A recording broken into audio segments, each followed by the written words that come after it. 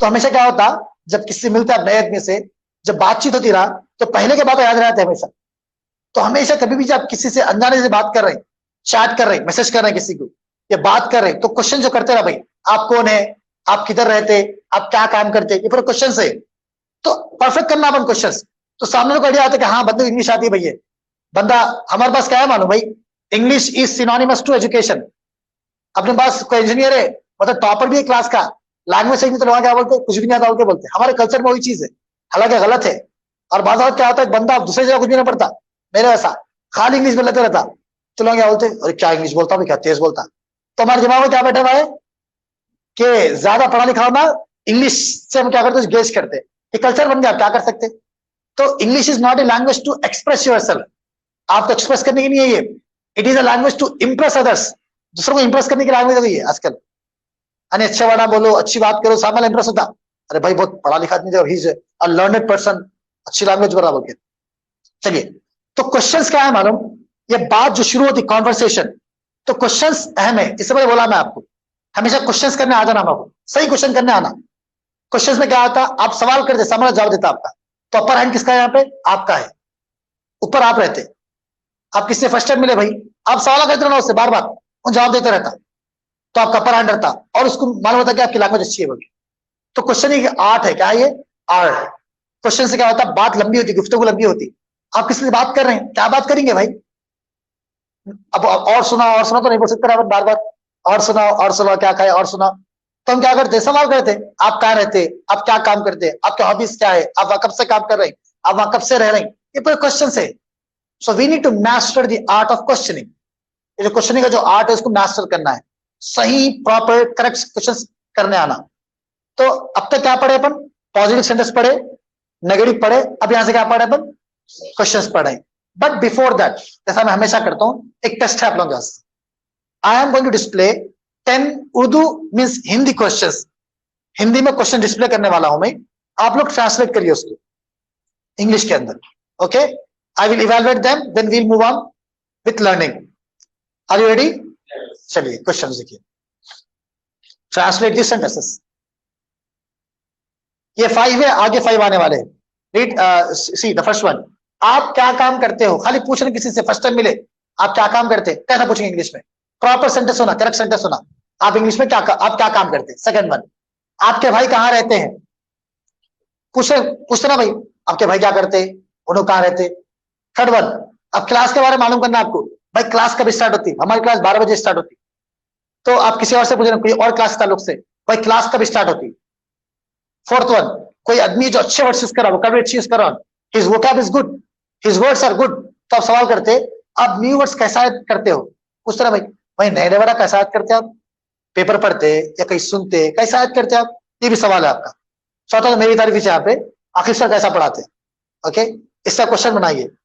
Okay, you need not answer it. तो आखिर sir पूछ रहे, क्वेश्चन आप, उन्हों कैसा पढ़ाते, उन्हों कैसा पढ़ाते, तो यहाँ मेरा नाम दिया, मैं सवाल करना किसी से कि आखिर सर कैसा पढ़ाते। तो 5 क्वेश्चन है, और 5 है, पहले 5 करिए, then I will display those 5।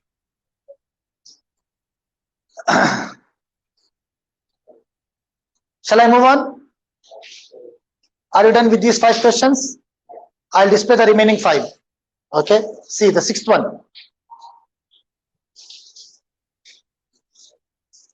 आपके अब्बू हैदराबाद में क्यों काम नहीं करते, मतलब किसी के फादर है, पूरी फैमिली हैदराबाद में है, उन्होंने जाके कहीं बेंगलुरु वगैरह में जॉब कर रहे हैं, तो आप पूछते ना भाई, आपके अब्बू हैदराबाद में जॉब क्यों नहीं करते।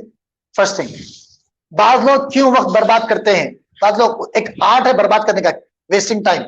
तो पूछते, 4 लोग बैठे हुए ना, क्वेश्चंस करते बैठ के एक ग्रुप में, ये लोग टाइम भी खराब करते हैं, और अपना हैदराबाद ऐसी बोलते अपन कि बाज लोग अपना वक्त क्यों खराब करते हैं, क्या पार्टीज अटेंड नहीं करते। सवाल करें, इन्विटेशन है दावत का, मैं जा रहा हूं, तो आप सवाल करते, आप दावत अटेंड नहीं करते क्या, पार्टी अटेंड नहीं करते आप। अब मौसम के ताल्लुक से जनरल क्वेश्चन कर रहे हैं, हैदराबाद में बारिश कब होती है, ये HYD क्या है, हैदराबाद का शॉर्ट फॉर्म है। ओके, हैदराबाद में बारिश कब होती है। Last one, Indians, we are all Indians, तो इंडियंस को क्या पसंद है, जनरल क्वेश्चन ना भैया, एक ग्रुप मीटिंग में दोस्त बैठे हुए, तो कैजुअल आप पूछते अपने लोगों को क्या पसंद है, हैदराबाद इंडिया के लोगों को, इंडियंस को क्या पसंद है। चलिए,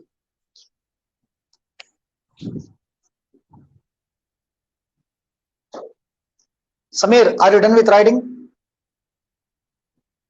How long do you want? Are you done? Good. Well, all of you stop writing. Let's move on. Stop. Do not write. Time is up. First, we will discuss the rules, first of all.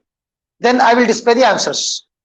Till then, you have to have some patience. Okay? And one thing we need to keep in mind, do not do two things concurrently or simultaneously. कभी भी दो काम एक साथ नहीं करना, नहीं होता हो. क्लासरूम में अक्सर गलती क्या करते हैं बच्चे हमारे, टीचर एक्सप्लेन कर रहे हैं, so students are more bothered about writing notes or copying books or copying something written on the board. They do not focus on the words of the teacher.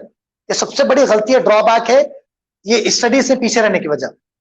When teachers address, जब उस्ताद बात कर रहे हैं, जब पढ़ा रहे हैं, आपको सुनना है उस्ताद को, because thousands book cannot teach. मेरे जो उस्ताद है हम्माद अलवी सर, उन्होंने हमेशा एक बात बोलते हैं, 1000 books cannot teach what a master teaches.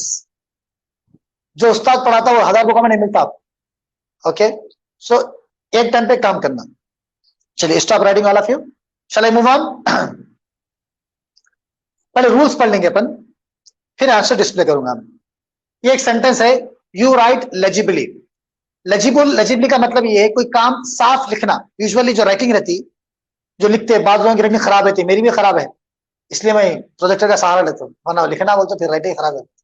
Okay, so some people are gifted with beautiful handwriting, but some people do not have, पास की राइटिंग खराब रहती.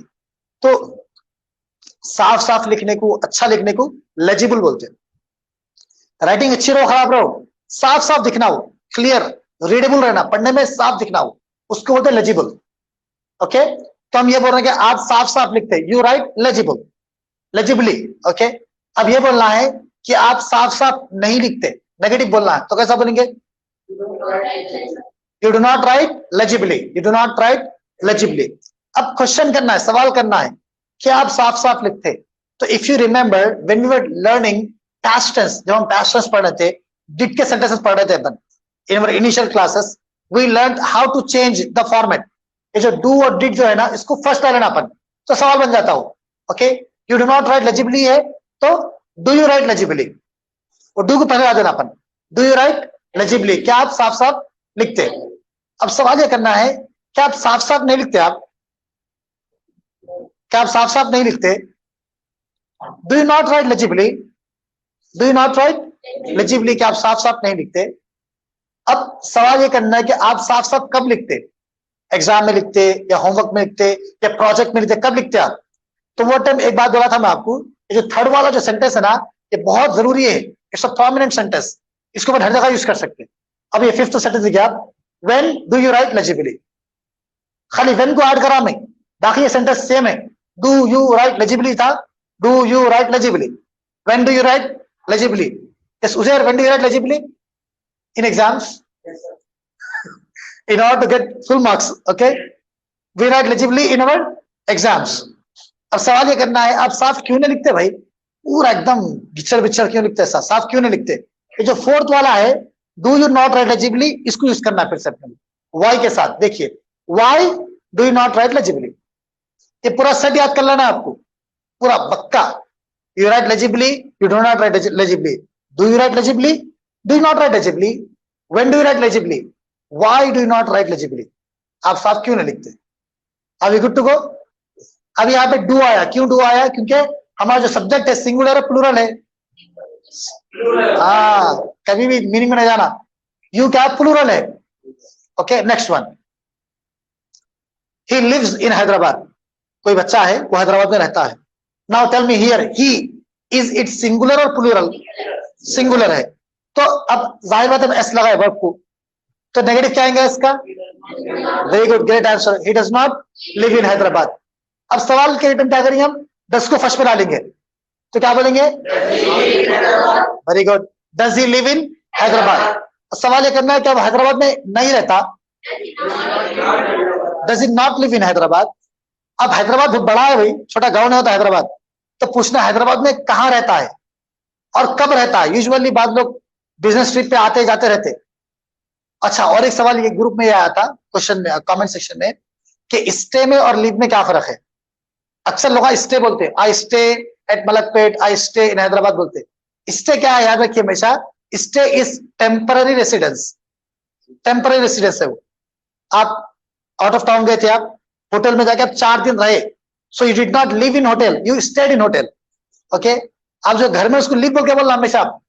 आई स्टे इन हैदराबाद रॉन्ग है, I live in Hyderabad, I live in Hyderabad. Stay कब आता, temporary residence, और live क्या है, परमानेंट रेसिडेंस, जो हमेशा रहते अपन। So live, I live in Hyderabad, so if I go somewhere I stay in hotel और इन ए मोटेल, मैं जाके वहां रहता हूँ, स्टे करता हूं मैं। अब सवाल ये करना है वो हैदराबाद में कब रहता है, when does he live in Hyderabad, when does he live, ये जो थर्ड वाला है कॉपी करना है, बस वही बोल रहा हूं मैं। I change the colours here to simplify things, आसानी के लिए मैं कलर चेंज कर दिया। ये जो कलर है सेम दिख रहा है आपको, ऐसा ही कॉपी करना है। अभी होमवर्क में आपको सेंटेंस देने वाला हूं मैं, सेम कॉपी करके आना, आप एग्जैक्ट लिख के याद भी करना है। नेक्स्ट वन, वो हैदराबाद में क्यों नहीं रहता, ओके नॉट मिस कर दिया मैं, why does he live in Hyderabad, वो हैदराबाद में क्यों रहता है। ओके चलिए नेक्स्ट।